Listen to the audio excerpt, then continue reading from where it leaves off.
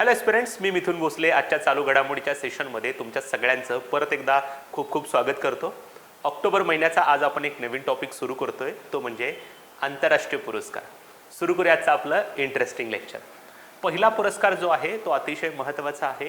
याच्या अगोदर आयोगाने किंवा संबंधित परीक्षा व्यवस्थांनी ज्या ज्या परीक्षा घेतल्या असतील त्याच्यावरती कंपल्सरी या टॉपिकवरती प्रश्न विचारलेले आहेत.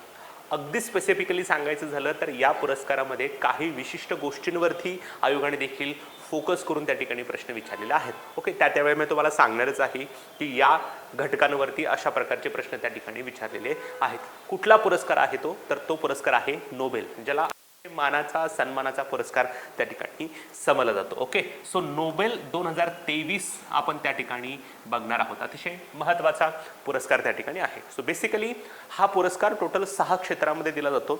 आयोगाने फ्रिक्वेंटली यातल्या 3 क्षेत्रांवरती कंपल्सरी प्रश्न विचारलेले आहेत. याचा अर्थ बाकीचे 3 क्षेत्र महत्त्वाचे नाही, त्याच्यावर प्रश्न विचारला जाऊ शकत नाही असा सांगण्याचा अर्थ नाही, परंतु महत्त्वाच्या क्षेत्रांवरती आयोगाने प्रश्न विचारलेले आहेत. परंतु आयोगाचं काही सांगता येत नाही, कुठल्याही परीक्षा व्यवस्थेचं काही सांगता येत नाही, म्हणून आपण सरसकट सगळे क्षेत्र आणि सगळे पुरस्कार विजेते त्या ठिकाणी बघणार आहोत. ओके, सो पहिला जे क्षेत्र आहे ते म्हणजे वैद्यकशास्त्र. आपण त्याला मेडिसिन असं देखील त्या ठिकाणी म्हणू शकतो किंवा फिजिओलॉजी असं देखील त्या ठिकाणी म्हटलं जाऊ शकतं. ओके, सो या वर्षाचा वैद्यकशास्त्रातला नोबेल पुरस्कार 2 लोकांना मिळालेला आहे, त्यातल्या एक महिला त्या ठिकाणी आहे.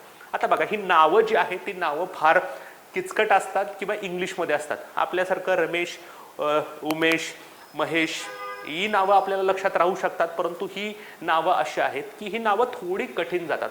मग ह्याला काय करायचं ते पण मी तुम्हाला सांगणार आहे. सो बेसिकली ही जी नावं आहेत ना, ह्या नावांमधली थोडी महत्त्वाचे शब्द जे तुम्हाला लक्षात राहू शकतात तेवढेच त्या ठिकाणी लक्षात ठेवायचे आहेत. आता बघा, पहिला व्यक्ती जो आहे त्यांचं नाव आहे कॅटलिन कारिको आणि दुसरं नाव आहे ड्र्यू वेस्मन. आता मग तुम्ही या ठिकाणी कॅटलिन हा शब्द लक्षात ठेवू शकता आणि इकडं ड्र्यू हा शब्द लक्षात ठेवू शकता.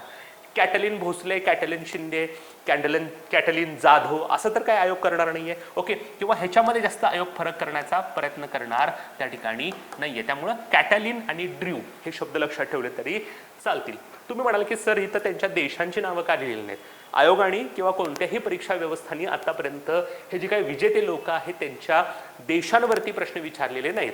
नो डाऊट साहित्याचा नोबेल असेल, अर्थशास्त्राचा नोबेल असेल, या क्षेत्रातील जे काही पुरस्कार विजेते लोक आहेत त्यांच्या देशांची नावं विचारलेली आहेत, परंतु मेडिसिन असेल, फिजिक्स असेल, केमिस्ट्री असेल त्यांच्या देशांची नावं विचारलेली नाहीये. त्यामुळं कॅटलिन आणि ड्र्यू हे शब्द लक्षात ठेवायचे आहेत.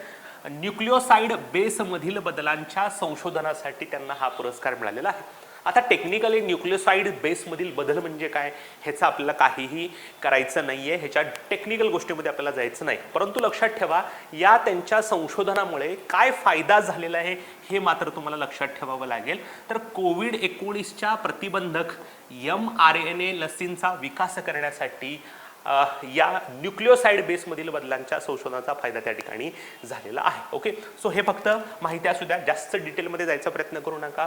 वैद्यकशास्त्राचा नोबेल कॅटलिन आणि ड्र्यू ह्या दोघांना मिळालेला आहे न्यूक्लिओसाइड बेसमधील बदलांसाठी, आणि या संशोधनामुळे कोविड प्रतिबंधक mRNA लसींचा विकास करण्यात फायदा झालेला आहे. नंतर पुढचा आहे भौतिकशास्त्र, आपण त्याला फिजिक्स असं देखील त्या ठिकाणी म्हणू शकतो. इथं बघा 3 लोक त्या ठिकाणी आहेत. ओके, यातले तुम्हाला जे नावं लक्षात राहू शकतात ते तुम्ही लक्षात ठेवायचे आहेत, अदरवाईज पूर्ण नावं लक्षात ठेवायची गरज नाही. आता तुम्ही इथं ॲगोस्टिनी हा शब्द लक्षात ठेवू शकता, फेरेंक हा शब्द लक्षात ठेवू शकता आणि ॲनी हा शब्द लक्षात ठेवू शकता. सो पियरे ॲगोस्टिनी, फेरेंक क्रॉन्स आणि ॲनी लहुलियर यांना हा पुरस्कार त्या ठिकाणी मिळालेला आहे.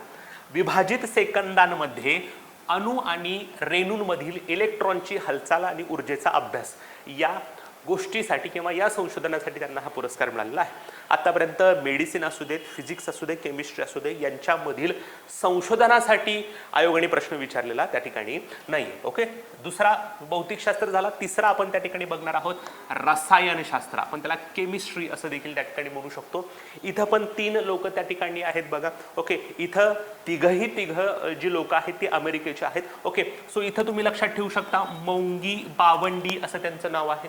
ओके, नंतर लुईस ब्रूस असा शब्द लक्षात ठेवू शकता आणि नंतर अलेक्से एकिमो. ओके, सो हे ते काय अंडरलाईन केलेले शब्द आहेत, हे लक्षात ठेवा. मी जास्त ट्रिक्सवर जात नाही. ओके, सो बेसिकली हे 2-3 वेळा लिहिल्यानंतर न बघता तेव्हाच त्या ठिकाणी लक्षात राहणार आहे. सो स्वतःसोबत एक असाइनमेंट त्या ठिकाणी करू शकता हे लक्षात ठेवण्यासाठी. मी जेव्हा तुमच्यासारखं स्पर्धा परीक्षेची तयारी करत होतो तेव्हा पण मी सेम ह्याच गोष्टी करायचो. पाठांतर करण्यापेक्षा ह्याला 2-3 वेळा वाचा आणि न बघता हे लिहिण्याचा प्रयत्न करा. लाईक आतापर्यंत आपण मेडिसिनचा बघितला, ओके, फिजिक्सचा बघितला, केमिस्ट्रीचा बघितला. ओके, सो तुम्ही जे काही नोट्स वगैरे काढत असतात किंवा तुमच्याकडे ज्या नोट्स असतात ना त्याच्यावरती हे मेडिसिन, फिजिक्स आणि केमिस्ट्रीचे नोबेल विजेते लोक आहेत ना ते न बघता 2-3 वेळा लिहिण्याचा प्रयत्न करा किंवा रफ प्रॅक्टिस त्या ठिकाणी करा. तुम्ही जे शब्द लक्षात ठेवलेले आहेत त्याच्यावर 2-3 वेळा लिहायचा त्या ठिकाणी प्रयत्न करा. ओके, सो आपण जसं मगाशी बघितलं होतं ड्र्यू वेस्टमन असतील, ओके, किंवा फिजिक्समधले आपण जे बघितलेले लोक असतील ॲगोस्टिनी, फेरेंक आणि ॲनी, हे शब्द लिहिण्याचा प्रयत्न त्या ठिकाणी करा आणि तरच त्या ठिकाणी हे लक्षात राहतील. Okay, yes. रसायनशास्त्रांचा नोबेल कशासाठी मिळालेला आहे तर क्वांटम डॉट्स नावाचे जे काही नॅनो कण आहेत, नॅनो पार्टिकल्स आहेत, त्यांचा शोध आणि त्यांची निर्मिती. ओके, हे झाले 3 नोबेल पुरस्कार विजेते लोक आणि त्यांची क्षेत्र. आता पुढचे 4, 5 आणि 6 नंबरचे लोक जे आहेत ना ते एकच लोक आहेत, त्यांना हा पुरस्कार मिळालेला आहे. त्यामुळे शक्यता जास्त आहे की 4, 5 आणि 6 नंबरच्या पुरस्कार विजेत्यांवरती प्रश्न विचारला जाऊ शकतो. ओके, हा आयोगाचा थोडा फेवरेट क्षेत्र आहे ज्याच्यावरती आयोगाने फ्रिक्वेंटली प्रश्न विचारलेले आहेत की साहित्याचा Nobel. Most of the time साहित्याचा नोबेल एकाच व्यक्तीला त्या ठिकाणी जाहीर होतो. यावर्षी नॉर्वेचे जॉन फोसे जे आहे त्यांना हा पुरस्कार मिळालेला आहे. ओके, सो हे नाव आणि देश हे तुम्हाला माहित पाहिजे. जॉन फोसे असं त्यांचं नाव आहे. त्यांनी लिहिलेली नाविन्यपूर्ण नाटकं आणि गद्यलेखन यासाठी त्यांची या पुरस्कारासाठी निवड झालेली आहे. 1983 मध्ये रेड ब्लॅक नावाची त्यांची पहिली कादंबरी प्रकाशित झाली होती आणि मागच्या वर्षीच्या बुकर पुरस्काराच्या यादीमध्ये त्यांची एक कादंबरी चर्चेत होती किंवा त्यांचा समावेश होता, अ न्यू नेम नावाची. ओके, सो त्यातल्या त्यात स्पेसिफिकली प्रश्न विचारताना तुम्हाला जॉन फोसे आणि नॉर्वे हा प्रश्न विचारला जाऊ शकतो. पुढचा पुरस्कार हा पण आयोगाचा फेवरेट आहे ज्याच्यावरती आयोगाने फ्रिक्वेंटली प्रश्न विचारलेले आहेत, तो म्हणजे शांततेचा नोबेल. लक्षात ठेवा, शांततेचा नोबेल पुरस्कार मिळालेली व्यक्ती कोण आहे तर ती एक महिला त्या ठिकाणी आहे. त्यांचं नाव आहे नर्गिस मोहम्मदी. लक्षात ठेवा, नर्गिस मोहम्मदी इराणमधल्या महिला त्या ठिकाणी आहेत आणि आयोग विथ देश प्रश्न त्या ठिकाणी विचारला जाऊ शकतो किंवा साधा सिंपल प्रश्न आयोग विचारू शकतो की 2023चा शांततेचा नोबेल पुरस्कार खालीपैकी कोणत्या व्यक्तीला मिळालेला आहे. नर्गिस मोहम्मदी ह्या इराणच्या त्या ठिकाणी आहे. आता ह्यांना नोबेल देताना नोबेल समितीनं काय सांगितलं की आम्ही का या पुरस्कारासाठी त्यांची निवड केलेली आहे तर इराणमधील महिलांविरुद्ध जे काय अत्याचार होतात किंवा महिलांवरती जे काय अत्याचार होतात त्या अत्याचाराविरुद्ध त्यांनी लढा दिलेला आहे. प्लस सर्वांसाठी समान मानवी हक्क आणि स्वातंत्र्याचा प्रचार करण्यासाठी त्यांनी जो काही लढा दिलेला आहे त्या लढ्यासाठी त्यांची निवड करण्यात आलेली आहे. सो बेसिकली महिलांवरील अत्याचारांविरुद्ध सर्वांसाठी समान हक्क आणि स्वातंत्र्याचा प्रचार करण्यासाठी त्यांनी जो काही लढा दिलेला आहे त्या लढ्यासाठी त्यांची निवड आहे. आय थिंक 2-3 वर्षापूर्वी एका व्यक्तीला जेव्हा शांततेचा नोबेल पुरस्कार जाहीर झाला होता तेव्हा त्यांना कशासाठी हा पुरस्कार दिलेला आहे हे एकदा आयोगाने विचारलेलं होतं, त्यामुळं माहिती असू द्या. दुसरी महत्त्वाची गोष्ट की शांततेचा नोबेल पुरस्कार मिळणाऱ्या त्या एकूण 19व्या तर इराणमधील दुसऱ्या महिला आहेत. याच्यापूर्वी ते ज्यांना गुरु समजतात त्यांचं नाव शिरीन आबादी ना 2003 मध्ये हा पुरस्कार त्या ठिकाणी मिळालेला होता. सो शांततेचा नोबेल पुरस्कार जिंकणाऱ्या एकूण 19व्या तर एकूण दुसऱ्या इराणमधील महिला आहेत. ह्याच्या अगोदर इराणच्या शिरीन एबादी यांना हा पुरस्कार मिळाला होता 2003 मध्ये. 20 वर्षानंतर शिरीन आबादी यांच्या शिष्य आपण देखील म्हणू शकतो नर्गिस मोहम्मदी यांना हा पुरस्कार त्या ठिकाणी मिळालेला आहे. ओके, दुसरी महत्त्वाची गोष्ट, जेव्हा हा पुरस्कार त्यांना अनाऊन्स झाला तेव्हा त्या तुरुंगामध्ये होत्या. आत्ता सध्या देखील त्या ठिकाणी तुरुंगात आहेत. सो विविध आरोपांखाली सध्या तुरुंगात आहेत. आत्तापर्यंत त्यांना 13 वेळा अटक करण्यात आलेली आहे आणि तुरुंगवास देण्यात आलेला आहे. ओके, शिरीन आबादी यांनी तेहरानमध्ये defenders of human rights centre नावाची जी काही मानवाधिकार संघटना स्थापन केलेली आहे त्या संघटनेच्या उपाध्यक्ष म्हणून देखील त्या ठिकाणी काम करतायत. आणि व्हाईट टॉर्चर नावाचं त्यांनी एक पुस्तक देखील त्या ठिकाणी लिहिलेलं आहे. शॉर्टमध्ये एवढंच लिहिलं, लक्षात ठेवलं तरी चालेल. इंटरव्ह्यू विथ इराणियन वुमन प्रिझनर्स हे लक्षात ठेवायची गरज नाही. त्यांनी केलेल्या इतर कार्याबद्दल त्यांना आंद्रेई साखारोव नावाचा पुरस्कार दिलेला आहे, हा आपण थोड्या वेळानं बघणारच आहोत. ओलाफ पालम फाउंडेशन नावाचा पुरस्कार आहे. युनेस्को वर्ल्ड प्रेस फ्रीडम पुरस्कार देखील मिळालेला आहे. अलेक्झांडर लँगर पुरस्कार देखील त्या ठिकाणी मिळालेला आहे. हे ॲडिशनल माहिती त्या ठिकाणी दिलेली आहे. नॉट नेसेसरी याच्यावर आयोग प्रश्न विचारेल, पण आयोग विचारताना तुम्हाला इथं नक्कीच विचारेल. शांततेचा नोबेल पुरस्कार कोणाला मिळालेला आहे, कोणत्या देशाचे आहेत, कशासाठी आहे, आणि त्यांचं बाकीचं इन डिटेल विचारलं तर की इराणमधल्या किती महिला आहेत किंवा ओके. येस, चलो, हे झाले 5 पुरस्कार. नंतर सगळ्यात शेवटचा पुरस्कार जो लेट द्यायला सुरू झाला तो म्हणजे इकॉनॉमिक्स मधला नोबेल. हा पुरस्कार पण या वर्षासाठी आपल्याला महत्त्वाचा आहे, कारण पुरस्कार विजेती व्यक्ती जी आहे ती एक महिला आहे. ओके, लक्षात ठेवा, क्लॉडिया गोल्डिन असं त्यांचं नाव आहे. शक्यतो मी ट्रिक्सकडे जात नाही, पण ह्यांच्या सरनेमवरून ही तुमची ट्रिक्स लक्षात ठेवू शकता. पैशाचं एक वेगळं स्वरूप म्हणून आपण सोन्याकडे बघू शकतो. ओके, पूर्वी सुवर्ण चलन होतं. सो सोनं असणं म्हणजे आपल्याकडे एक पैशाचं स्वरूप आहे असं आपण समजू शकतो. सो गोल्डिन असा त्या ठिकाणी शब्द लक्षात ठेवू शकता. ही फार तशी पानसट ट्रिक आहे, पण लक्षात ठेवायला काही अडचण नाहीये. क्लॉडिया गोल्डिन यांना अर्थशास्त्राचा नोबेल पुरस्कार मिळालेला आहे, ज्या अमेरिकेच्या आहेत. आता बेसिकली यांचं संशोधन काय होतं तर थोडं आपल्याला डिटेलमध्ये समजून घ्यावं लागेल. ओके, कारण याच्यावरती खूप मोठे मोठे कॉलम्स देखील वर्तमानपत्रांमध्ये आलेले होते. आता बघा काय आहे तर हे जे काय लेबर मार्केट आहे, श्रम बाजारपेठ. आता ही श्रम बाजारपेठ म्हणजे काय तर एखाद्या देशातील काम करण्यायोग्य जे काही लोक असतात, जे ॲक्च्युली इकॉनॉमीमध्ये त्या ठिकाणी कॉन्ट्रीब्युशन करत असतात, त्याला आपण श्रम बाजारपेठ लेबर मार्केट असं त्या ठिकाणी म्हणतो. त्याच्यामध्ये पुरुष आणि महिलांचा देखील त्या ठिकाणी समावेश असतो. ही जी काय लेबर मार्केट आहे त्याच्यामध्ये स्त्रियांची मिळकत किती आहे आणि त्यांचा सहभाग किती आहे याचं संशोधन त्यांनी त्या ठिकाणी केलं होतं. म्हणजे एखाद्या देशाचं जे काही लेबर मार्केट आहे त्याच्यामध्ये स्त्रियांना किती पैसे मिळतात आणि एकूण श्रमपुरवठ्यामध्ये त्यांचा सहभाग किती आहे. किंवा दुसरी महत्त्वाची गोष्ट की श्रम बाजारपेठेत सगळ्यात महत्त्वाची गोष्ट वेतनातील असमानता. अजून सुद्धा बऱ्याच वेळेला एकाच पदावर एक पुरुष आणि एखादी स्त्री काम करत असेल तर स्त्रियांना पुरुषाच्या तुलनेमध्ये कमी वेतन दिलं जातं. ओके, सो दोघं एकाच क्वालिटीचे आहेत, एकाच क्षमतेचे आहेत, तरी देखील वेतनामध्ये असमानता त्या ठिकाणी दिसते. सो श्रम बाजारपेठेमध्ये स्त्री आणि पुरुषांमध्ये असलेली वेतनातील असमानता याच्यावर देखील त्यांनी काम केलेलं आहे.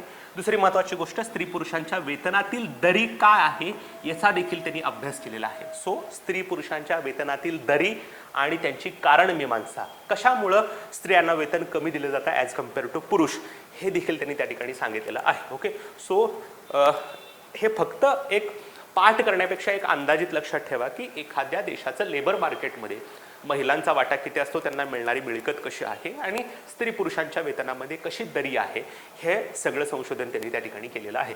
Claudia Goldin. आणि मला असं वाटतं की मोस्ट प्रोबेबल जर आयोगाला सगळ्यात जास्त आवडीचा टॉपिक कुठला वाटेल या वर्षीचा नोबेल पुरस्कार तर हा आहे. Very very very important.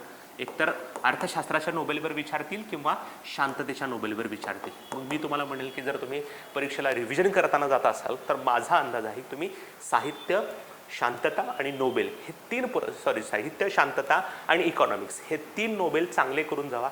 याच्यावरतीच प्रश्न विचारण्याची शक्यता जास्त त्या ठिकाणी आहे. ओके, येस, आलं सगळ्यांना लक्षात. चलो नेक्स्ट. आता ही जी काही महिला आहे ती हार्वर्ड विद्यापीठात अर्थशास्त्राच्या प्राध्यापिका म्हणून त्या ठिकाणी काम करत आहेत. दुसरी महत्त्वाची गोष्ट की एकट्याने म्हणजे सोलो म्हणजे काय, इथं कोण आहे का त्यांना पार्टनर नाहीये. आता इथं उदाहरण देतो मी. सोलो म्हणजे काय, इथं बघा तुम्हाला दिसते रसायनशास्त्राचा नोबेल 3 लोकांना विभागून मिळालेला आहे. म्हणजे बोंगी बावेंडी, लुईस ब्राऊस आणि अलेक्से याकिमोव यांना तिघांना रसायनशास्त्राचा नोबेल मिळालेला आहे. परंतु यांच्याबद्दल वैशिष्ट्य आहे क्लॉडिया गोल्डिन यांचं एकट्याने म्हणजे सोलो अर्थशास्त्राचं नोबेल जिंकणाऱ्या जगातील पहिल्या तर एकूण 3ऱ्या महिला आहेत. महत्त्वाची गोष्ट आहे, आतापर्यंत फक्त 3 महिलांना त्या ठिकाणी अर्थशास्त्राचं नोबेल त्या ठिकाणी मिळालेलं आहे. त्यातल्या त्यात क्लॉडिया गोल्डिन ह्या एकमेव आहेत ज्यांना हा फक्त विभागून न देता एकट्यानं पुरस्कार मिळालेला आहे. याच्या अगोदर एलिनॉर अस्ट्रॉम यांना 2009 मध्ये हा पुरस्कार विभागून देण्यात आला होता. म्हणजे ह्यांच्यासोबत कोणाला तरी शेअरिंगमध्ये हा पुरस्कार मिळाला होता. नंतर एस्थर डफ्लो यांना 2019 मध्ये विभागून पुरस्कार मिळालेला होता. एस्थर डफ्लो तुम्हाला माहित असतील, अभिजित बॅनर्जी जे भारतीय वंशाचे इकॉनॉमिस्ट आहेत त्यांच्या पत्नी आहेत त्या. ओके, सो एस्थर डफ्लो आणि अभिजित बॅनर्जी यांना 2019 मध्ये अर्थशास्त्राचं नोबेल विभागून मिळालेलं होतं. सो हा कन्सेप्ट तुम्हाला कळाला असेल. एलेनॉर एस्ट्रॉम यांना हा पुरस्कार विभागून मिळाला होता 2009 मध्ये. एस्थर डफ्लो यांना हा देखील पुरस्कार इकॉनॉमिक्सचा नोबेल शेअरिंगमध्ये मिळालं होतं. परंतु इथं जर बघितलं तर क्लॉडिया गोल्डन यांच्यासोबत शेअरिंगमध्ये हा पुरस्कार कोणाला देण्यात आलेला नाही. त्यामुळं अर्थशास्त्राचं नोबेल जिंकणाऱ्या सोलो पद्धतीनं जिंकणाऱ्या पहिल्या महिला आहेत, तर एकूण तिसऱ्या महिला त्या ठिकाणी आहेत. काही पुस्तकांची नावं पण त्या ठिकाणी दिलेली आहेत बघा, ही तुमच्या नोट्समध्ये एकदा वाचून घ्या. Understanding the gender gap, career and family, strategic factors in 19th century, okay, American economic history, the defining movement, corruption and reform, the race between education and technology. बरेच पुरस्कार त्या ठिकाणी दिलेले आहेत. हे परीक्षेला जाता जाता एकदा पाठ करून ठेवायचं. ओके, जेव्हा तुम्ही रिव्हिजन करत असता तेव्हा एकदा 1-2 वेळा वाचा रिव्हिजन करताना, आणि अगदी सगळ्या शेवटी परीक्षा जेव्हा जवळ आलेली असते तेव्हा हे टॉपिक वाचायचे, कारण ते नुकतेच वाचलेले टॉपिक तुमच्या लक्षात राहू शकतात. Okay, yes. आता हा जो काही नोबेल पुरस्कार आहे त्या नोबेल पुरस्काराविषयी आपण थोडं बघूयात की पुरस्कार काय आहे, सुरुवात कधी झाली, कोणत्या क्षेत्रामध्ये दिला जातो, आतापर्यंत कोणत्या भारतीय व्यक्तींना वगैरे मिळालेला आहे. ओके, स्वीडिश वैज्ञानिक अल्फ्रेड नोबेल यांच्या स्मरणार्थ दिला जाणारा हा पुरस्कार आहे. अल्फ्रेड नोबेल नावाचा एक वैज्ञानिक होता, त्यानं डायनामाइटचा शोध लावला. या मार्गातून त्यानं भरपूर संपत्ती कमवली आणि एक दिवस त्याला वाटलं की आपण जे काम केलेलं आहे त्याच्यामुळे मानवतेला बऱ्यापैकी नुकसान देखील झालेलं आहे, कारण डायनामाइटच्या माध्यमातून बऱ्याच लोकांचा मृत्यू देखील त्या ठिकाणी व्हायचा. त्यामुळे त्यांना असं ठरवलं, आपल्या मृत्यूपत्रात लिहिलं की माझ्या पश्चात माझी जी काही संपत्ती आहे ती मानवासाठी चांगलं काम करणाऱ्या लोकांना पुरस्कार स्वरूपात देण्यात यावी. सो अल्फ्रेड नोबेल यांच्या स्मरणार्थ दिला जाणारा हा सन्मान आहे. याची सुरुवात झाली 1901ला. सुरुवातीला हा 5 क्षेत्रात दिला जायचा. नंतर 1969 मध्ये अर्थशास्त्राचा नोबेल द्यायला सुरू झालेला आहे. याच्यावरती आयोगाने प्रश्न विचारलेला आहे. ओके, या पुरस्काराची घोषणा झाली 1968 मध्ये अर्थशास्त्राचा नोबेल, आणि पुरस्कार द्यायला सुरुवात झाली 1969 मध्ये. याचा अर्थ अर्थशास्त्राचा नोबेल हा 1901 पासून दिला जात नाही, तर 1969 पासून दिला जातो. पुरस्काराची रक्कम यावर्षी वाढवण्यात आलेली आहे 11 दशलक्ष स्वीडिश क्रोन. याच्यापूर्वी ती 10 दशलक्ष स्वीडिश क्रोन होती, ती आता 1 दशलक्ष स्वीडिश क्रोन वाढवण्यात आलेली आहे. पुरस्काराचं वितरण इतर पुरस्कार म्हणजे शांततेचा नोबेल सोडून इतर पुरस्कार जे आहेत त्यांचं वितरण स्टॉकहोम या ठिकाणी केलं जातं, स्वीडनची राजधानी, आणि शांततेचा नोबेलचं वितरण ओस्लो या ठिकाणी दिलं जातं. ओस्लो ही नॉर्वेची राजधानी आहे. 10 डिसेंबर रोजी दरवर्षी जागतिक मानवी हक्क दिवस साजरा केला जातो. त्याच दिवशी शांततेचा नोबेल पुरस्कार त्या ठिकाणी दिला जातो. आतापर्यंत फक्त 2 लोकांना मरणोत्तर पुरस्कार मिळालेला आहे. डॅग हामार्क्सचोल्ड यांना 1961 मध्ये शांततेचा नोबेल मिळालेला आहे, आणि एरिक कारफेल्ड यांना 1931 मध्ये त्या ठिकाणी साहित्याचा नोबेल त्या ठिकाणी मिळालेला होता. Okay, yes. 1974 नंतर कोणत्याही व्यक्तीला मरणोत्तर हा पुरस्कार दिला जात नाही. सगळ्यात महत्त्वाची गोष्ट, आता मरणोत्तर म्हणजे काय तुम्हाला सांगतो. एखादा व्यक्ती जिवंत आहे आणि जिवंत असताना पुरस्काराची घोषणा जर झाली तर त्यांना पुरस्कार दिला जातो. परंतु एखादा व्यक्ती ऑलरेडी मेलेला आहे, सो ऑलरेडी मेलेल्या व्यक्तीला हा पुरस्कार देता येत नाही. पुरस्काराची घोषणा झाल्यानंतर तो व्यक्ती मृत पावला असेल तर चालेल. सो 1974 पासून अगोदर मृत्यू झालेल्या लोकांना हा पुरस्कार दिला जात नाही. आतापर्यंत 2 किंवा अधिक वेळा हा पुरस्कार मिळालेला लोक आपण त्या ठिकाणी बघणार आहोत. इथं फक्त 1, 6 आणि 7 आकडा करा.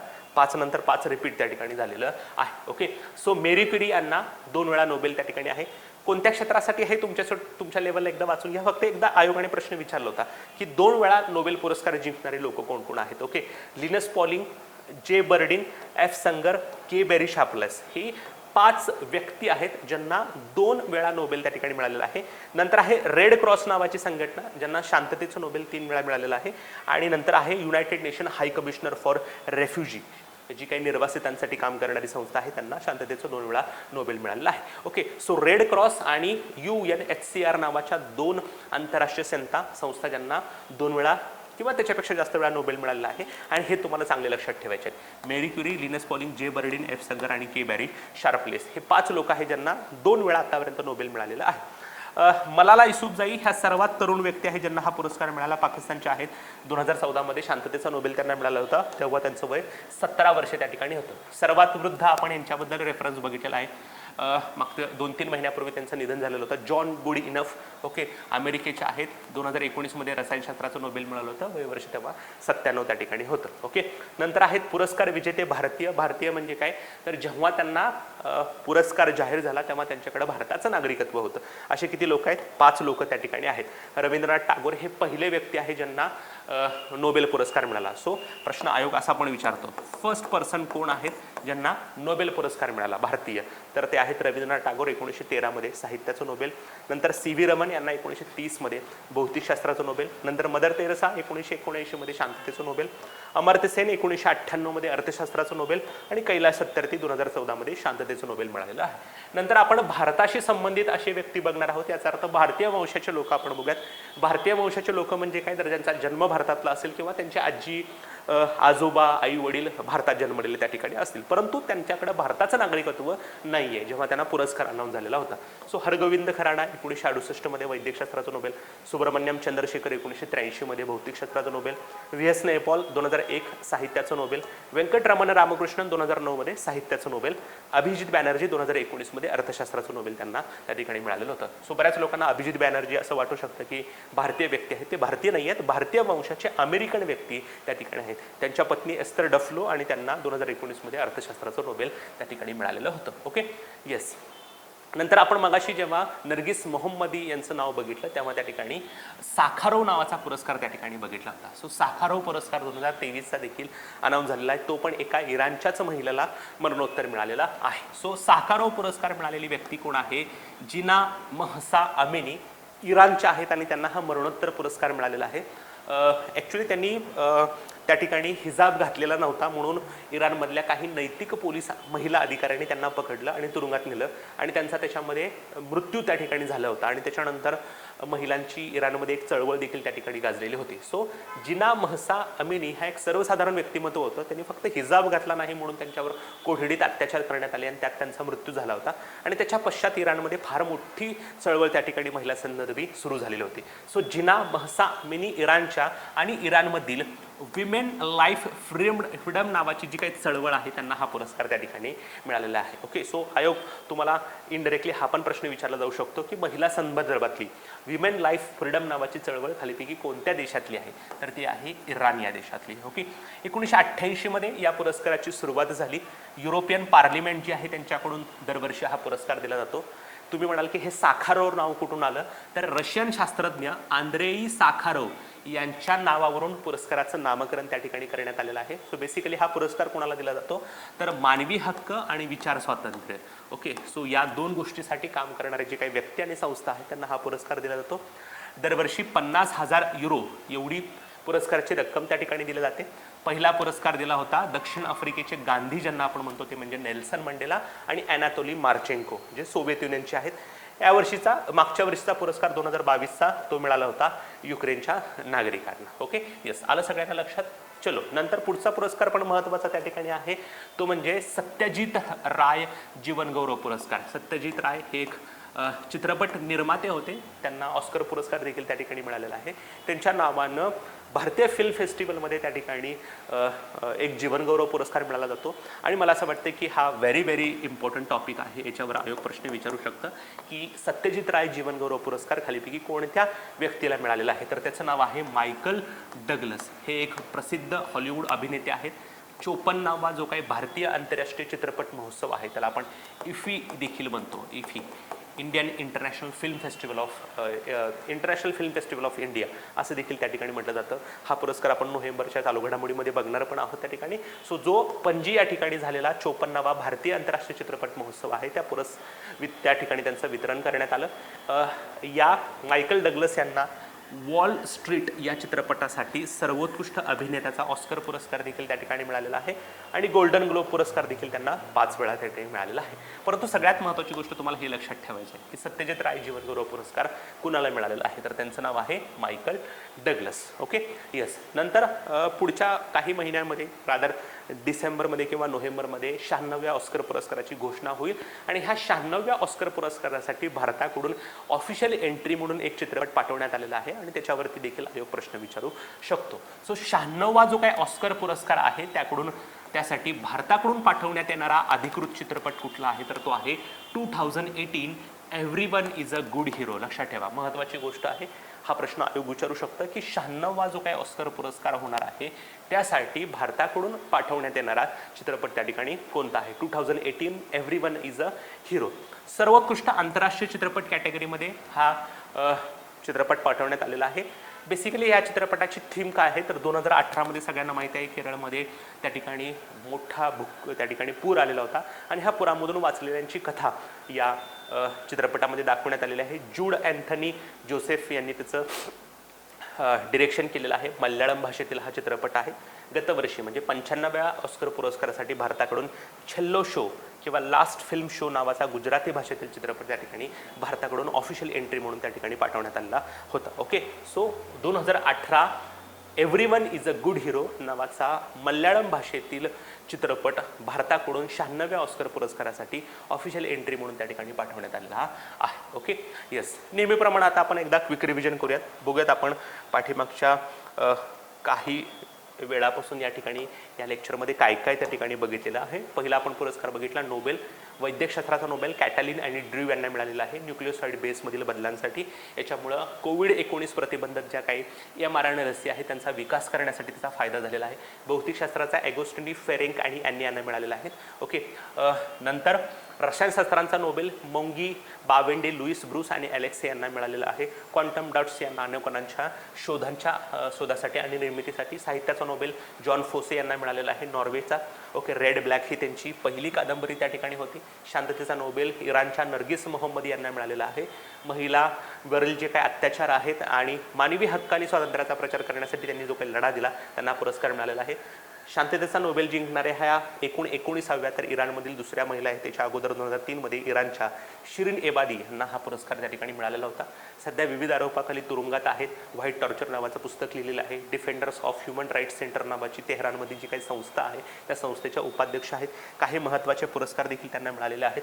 अर्थशास्त्राचं नोबेल क्लॉडिया ग्लोडी यांना मिळालेलं आहे. अमेरिकेतल्या श्रम बाजारपेठेत स्त्रियांचा असलेला सहभाग, त्यांना मिळणारं वेतन, त्याच्यामध्ये असणारी असमानता, ह्या सगळ्यांबद्दल त्यांनी संशोधन त्या ठिकाणी केलेलं आहे. हार्वर्ड विद्यापीठामध्ये त्या प्राध्यापिका आहेत.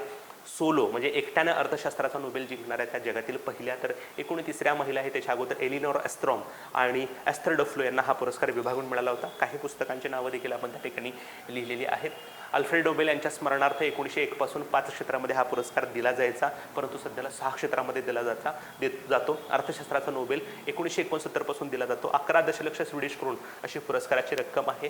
स्टॉकहोम इथे इतर पुरस्कार दिले जातात. शांततेचा नोबेल फक्त ओस्लो या ठिकाणी दिला जातो 10 डिसेंबरला.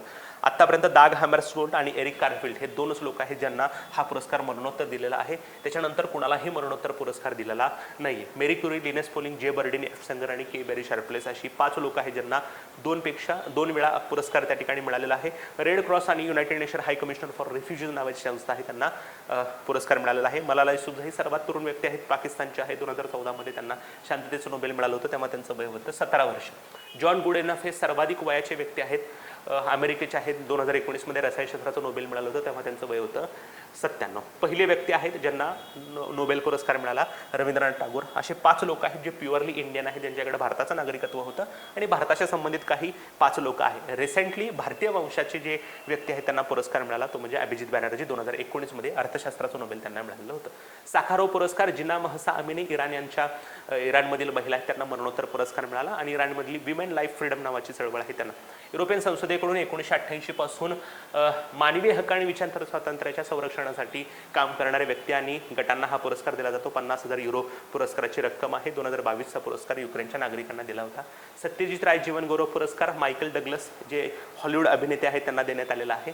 54वा जो काही आंतरराष्ट्रीय चित्रपट महोत्सव झाला त्याच्यामध्ये त्याचं पुरस्काराचं वितरण करण्यात आलेलं आहे. वॉल स्ट्रीट या चित्रपटातील भूमिकेसाठी त्यांना सर्वोत्कृष्ट अभिनेत्याचा ऑस्कर पुरस्कार मिळाला आहे, प्लस 5 वेळा त्यांना गोल्डन ग्लोब देखील मिळालेला आहे. 96वा जो काय ऑस्कर पुरस्कार आहे त्यासाठी भारताकडून पाठवण्यात येणारा ऑफिशियल चित्रपट जो आहे त्याचं नाव आहे 2018 एव्हरीवन इज अ हिरो. 2018मध्ये केरळमध्ये जो काय महाविनाशकारी पूर आला होता त्या पुरातून वाचलेल्यांची कथा या ठिकाणी आहे. जूड अँथनी जोसेफ यांनी त्याचं डिरेक्शन केलेलं आहे. मल्याळम भाषेतील चित्रपट आहे. मागच्या वर्षी द लास्ट फिल्म शो नावाचा गुजराती चित्रपट या पुरस्कारासाठी पाठवण्यात आलेला होता. Okay, yes. सो आजच्यासाठी आपण इथंच थांबतो मित्रांनो. परत भेटूयात नवीन चालू घडामोडी आणि नवीन संकल्पना असेल. तोपर्यंत धन्यवाद.